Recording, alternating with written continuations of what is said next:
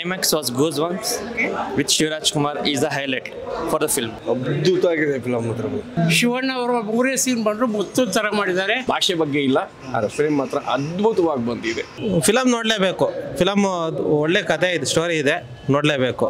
ಇವಳು ಸೂಪರ್ ಆಗಿ ಜನ ಕಮ್ಮಿ.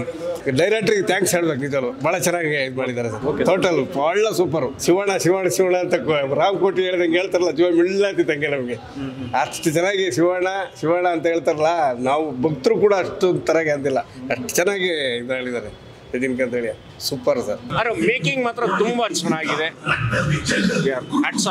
ದಕ್ಷಿಣ ಭಾರತೀಯ ಚಿತ್ರಗಳು ತುಂಬ ಭಾರಿ ಚೆನ್ನಾಗಿ ಬರ್ತಾ ಇದೆ, ಮುಂದಕ್ಕೆ ಒಂದು ಮೀರಿಸ್ತಾ ಇದೆ. ಈ ಚಿತ್ರ ಭಾರಿ ಚೆನ್ನಾಗಿದೆ. ಶಿವಣ್ಣ ಅವರ ಮೂರೇ ಸೀನ್ ಬಂದರು ಮುತ್ತು ಥರ ಮಾಡಿದ್ದಾರೆ, ಅವರೇ ಧ್ವನಿ ಕೊಟ್ಟಿದ್ದಾರೆ. ಪಿಕ್ಚರ್ ಇದು ಎಲ್ಲ ರೆಕಾರ್ಡ್ಸ್ಗಳು ಮುರಿಯುತ್ತೆ ಅಂತ ನನ್ನ ಭಾವನೆ.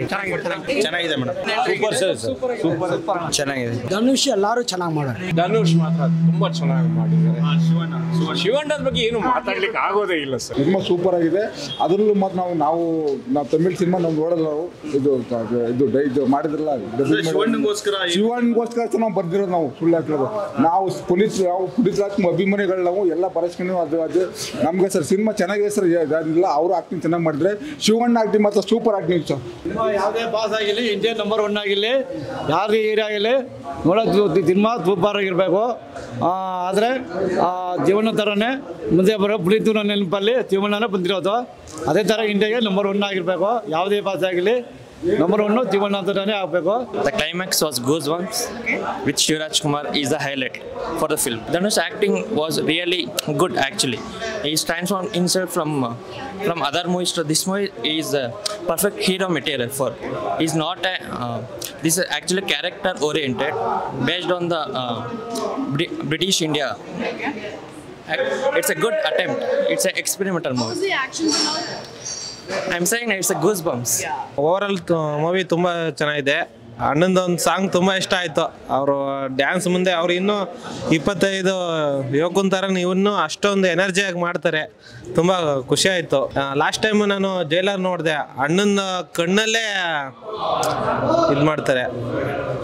ತುಂಬ ಖುಷಿ ಆಯಿತು ನನಗೆ ಫಿಲಮ್ ನೋಡಿ. ಫಿಲಮ್ ನೋಡಲೇಬೇಕು.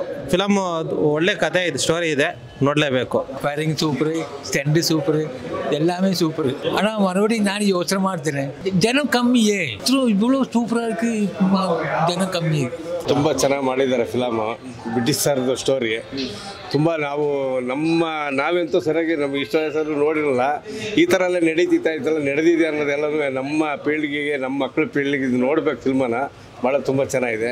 ರಜನಿಕಾಂತ್ ಅಳಿಯ ಸೂಪರಾಗಿ ಮಾಡಿದ್ದಾರೆ. ಟೋಟಲಿ ಸಿನಿಮಾದಲ್ಲಿ ಎಲ್ಲರೂ ಒಬ್ಬ ಸೈಡ್ ಆರ್ಟಿಸ್ಟು ಭಾಳ ಚೆನ್ನಾಗಿ ಮಾಡಿದ್ದಾರೆ.